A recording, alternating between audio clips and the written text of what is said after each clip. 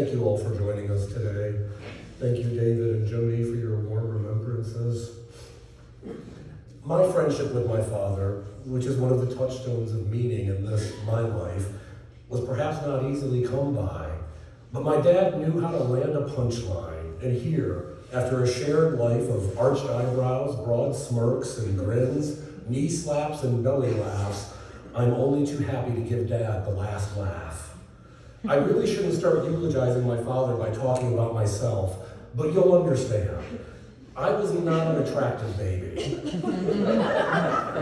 The picture's there. My skin was the wrong kind of pale, and my face was pointy in several competitive directions, unassisted in loveliness by tiny, beady eyes.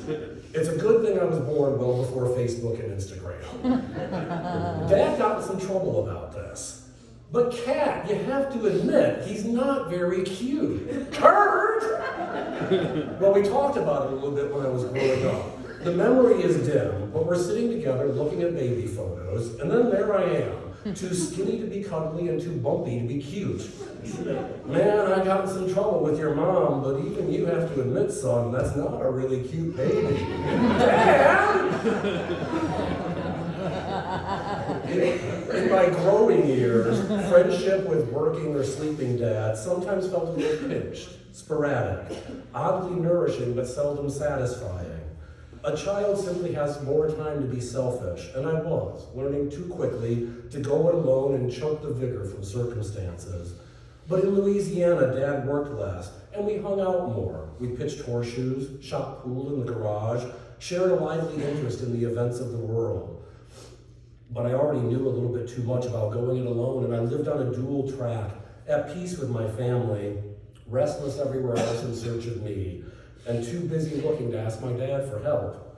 We met in the middle, where we just kind of excluded sports, which was his thing, and acting and literature, which were my things. We were official, well-mannered buddies. But it was Dad who perceived how to freshen up our friendship and take it to a new level. I was 25 or 26, living back in Chicago for several years, busy in the acting and arts worlds, and settling into my partnership with Chuck. The phone rang on a bitter cold night, and I was shocked to hear Dad. Mom did all the calling to the far-flung kids, and she also dominated conversations when we called home. Dad, hey there, is everything okay? He laughed. Sure, son, everything's fine. Well, great, it's just Mom who calls. I know, he said. I could hear the TV in the background, and it was LSU football. I just wanted to call and tell you. Yeah? The air was suddenly heavy with importance. You're missing a great game, son. In the sneaky, rich silence that followed, I knew he'd gotten me. Are you serious, I said. And he laughed richly. He said, no, it's really boring. I just told your mother I'm going to call Danny. This is going to be funny. And he was right, but more. It wasn't just my dad who called that night. It was my friend. With his deft humor, he acknowledged and disposed of the things we'd never be likely to share. And he left us with a lot of free space in the middle. I don't remember anything else about that phone conversation, but I've never lost the pleasant satisfaction of it. This became something of a hallmark of my friendship with Dad. I felt so very comfortable with him, differences notwithstanding. We could simply sit and look into each other's eyes. Not a glance, but a settled, warm look, quiet and absorbing. And more often than not, a round of jokes would get us precisely there, to the real sweet spot of knowing him.